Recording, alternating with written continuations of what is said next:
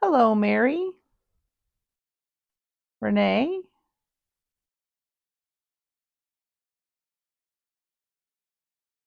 How's it going, Marilyn? How's everybody doing? I've got a mess on my table, so I'm trying not to spill things.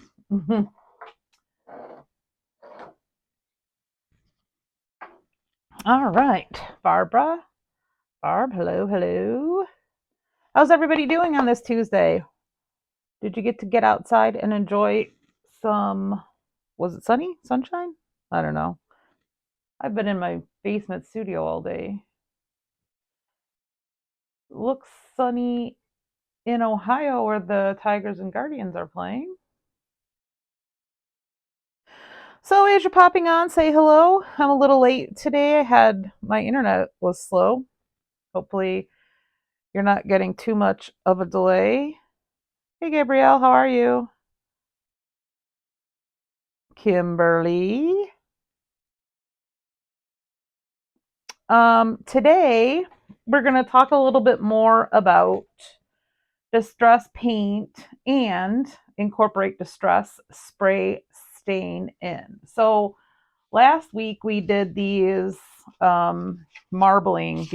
marbling backgrounds with distress paint on the mixed media heavy stock paper.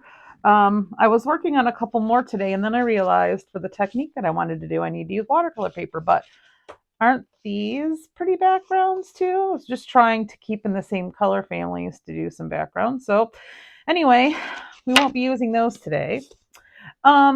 I did this sample. This is a complete sample. So what I did was I took the Distress watercolor paper. Hey, Robin. Um, and what I did was I did it a couple of ways. These two, I used a paintbrush to put a layer of paint on them, and these are not done yet. We're going to be working on those. This one, though, I did the smush and swipe technique, but a bunch of times because if you remember anything about this technique, it is that you have to get a really good coverage and good layer of dis- distress paint on your paper. Now, you can be using water with it to do the smush and swipe technique, but you really have to have good coverage. And I'm going to show you why, because I have one over here that did not work out, and I'm going to show you what happens if you don't have good coverage. So what I did was this is Kitsch Flamingo with a little bit of sponge sugar and tattered rose. So it was a totally pink background with paint. And then what I did was I took Distress Spray Stain and put it on, and I'm going to show you that with this one so you can see how that works. And then what I did was a kind of a faux bleaching technique where I took all of this um, spray stain that was in the face and took it off so that you would still have the color in her hair and on her bow. So I'm going to show you that process now. So this is it is what color did I use?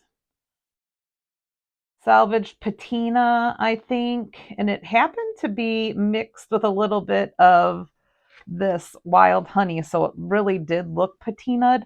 And then I did the distress spray stain on it. Now I stamped in between the paint, so after the paint dries, I stamped with archival ink, and these are just some of the Tim Holtz. Oh, what's the stamp set called? It is called Wicked Hipsters. So this is the Wicked Hipsters. So this is the one we're going to use next. So this is Hickory Smoke and Lost Shadow. And I got a really good, you can see I got a really good coverage of paint on this. And I use the smooth side of the watercolor paper. So I got a bunch of layers and I dried in between. And then I took the stamp and stamped in my stamp platform with archival ink so that it would be permanent. Now what I'm going to do is add a little bit of picked, I always say pickled, picked raspberry. And I found that instead of spraying it right on, if you spray it and do the swoosh and swipe technique with a little bit of water, it tends to work better. And I've been doing a lot of testing today, and I'll show you. We're going to talk a little bit more about these, but you can see I've been doing some testing with what doesn't work and what does work. So I found that this works the best. So put some spray on your mat and add water. And I like to have a paper towel handy. And then I am going to dip her right in there. And I'm going to dry. Any questions so far while we're waiting a second for it to dry? Are you guys hearing okay? I am wearing my very fancy new microphone so that if I, turn away from my phone, you can still hear me. So is the sound good?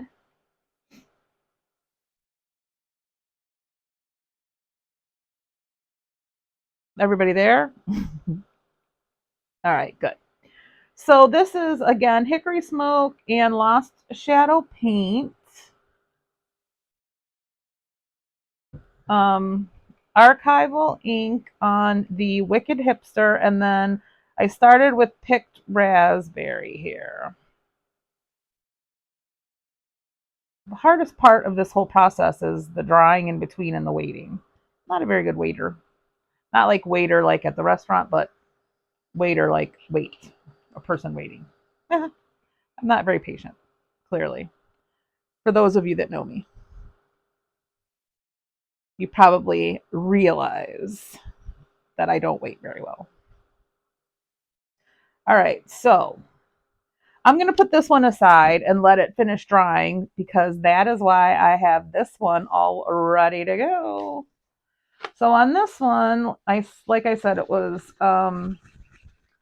salvage patina paint, and it happened to have a little bit of wild honey mixed in, so it looked really patinaed. And then it was walnut stain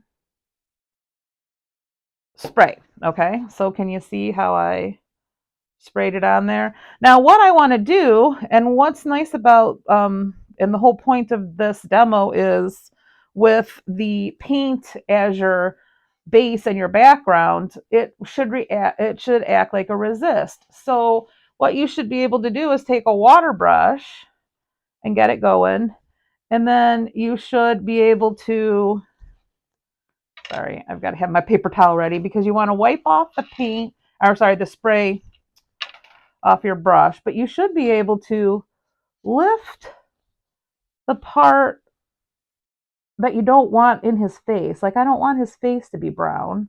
I want like his hair can be brown. That's fine. But if you take your water brush and you have to keep cleaning it because you're lifting off the spray, right? So it's kind of, and that's, Tim taught this. This is, I did not make this up. He called it a faux bleaching. And to get the brown off of his teeth so he doesn't look like he is a heavy coffee drinking smoker. And we'll leave it in his mustache. So what you can do is just basically go in with your water brush and lift off the distress spray because that one never becomes permanent. Even after it dries, it always reacts with water. And you'll also realize if you try this technique that certain colors work better for backgrounds, like you saw this one. This was the pink background. And then I used peacock feather and wild honey spray, but her whole face here was yellow, so I was able to lift all that yellow off of the pink and just keep the yellow in her bow.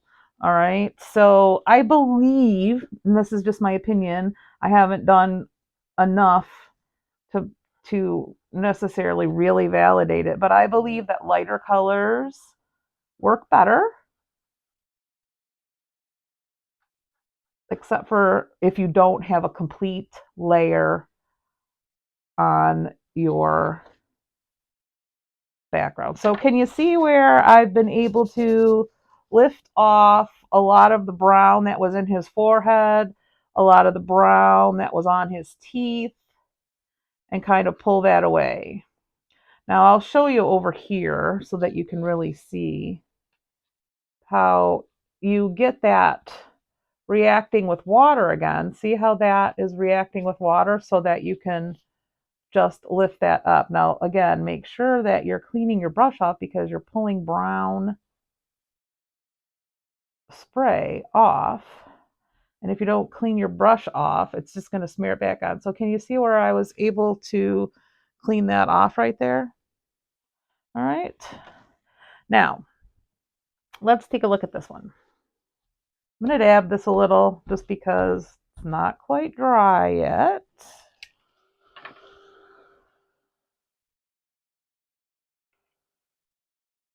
All right, we're going to let this one dry for a second. And while we're waiting, I'm going to show you what happens when you don't have a good enough layer of paint on.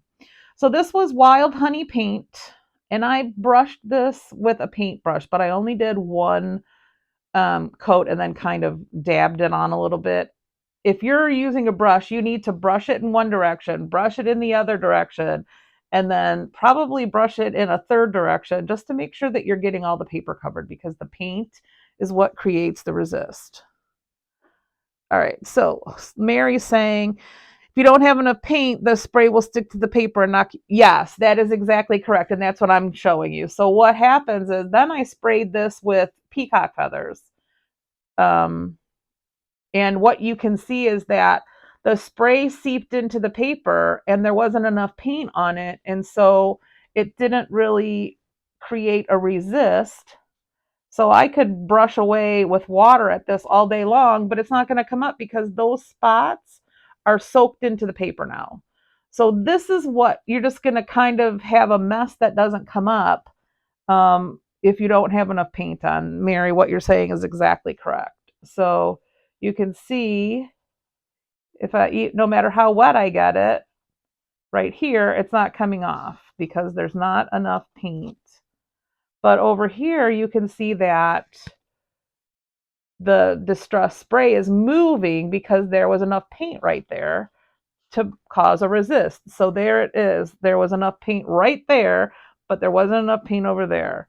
So can you see what I'm saying about how where there isn't enough paint, the spray gets in there and seeps into the paper? Then maybe that's what you want. It doesn't, this, I can save this by coloring over these flowers with some paint or some markers or some pencils. I'm not going to throw this away. It just wasn't uh, what we wanted with this technique. Okay?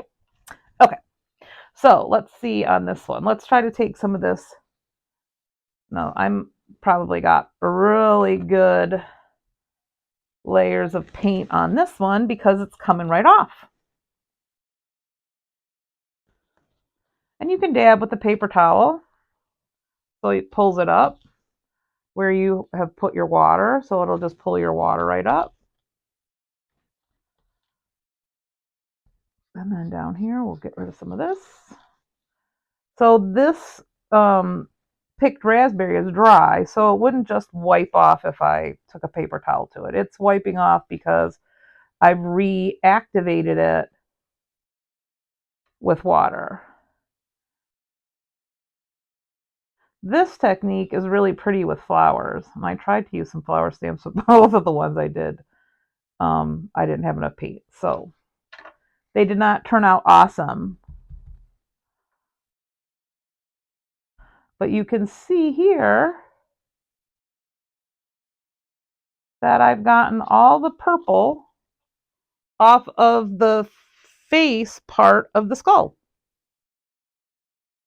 And you could clean it up around the edges if you want. You could take it out of the bow if you wanted to make the bow a different color. And then, of course, we're making sure that we're wiping off of our brush.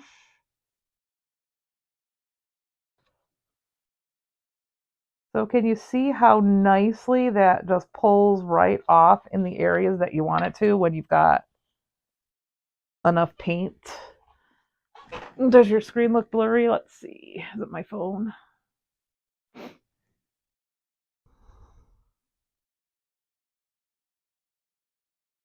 I'm not exactly sure why it's blurry. So sorry about that. But I am holding it up here so you can see. Hopefully it'll focus on the picture. So can you see where I pulled all of that picked raspberry right off? I mean, it just cleans right off. So make sure if you're trying this technique, you've got enough paint that will create your resist. And make sure that you're using a permanent ink also, like archival, so that it won't smear. All right. Does anybody have any questions? I'm going to see. Is it focusing on the table now, or am I just having problems? Oh, seems like it's focusing, doesn't it? Okay. Sorry about that. Technical difficulties every time I turn around. So, then you could take another medium and add some color in however you wanted. So you could take your watercolor pencils and then put some yellow in for her headband here, where you cleaned it up, where you cleaned off all the picked raspberry. And then activate the watercolor pencil with water to make it a little brighter. And there you go. When that dries, that will be there. Okay, so any questions?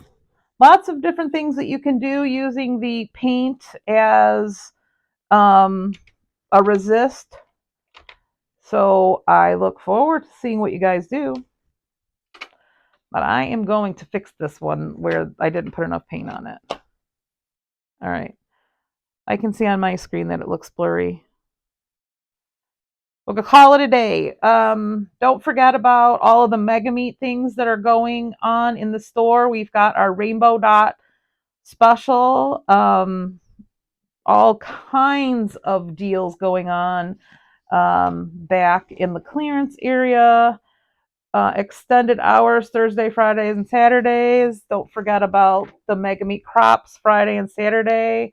Demos, make and takes, photo booth, all kinds of fun stuff. So I'm sure we'll be seeing you. Hope we do. Thank you for joining me.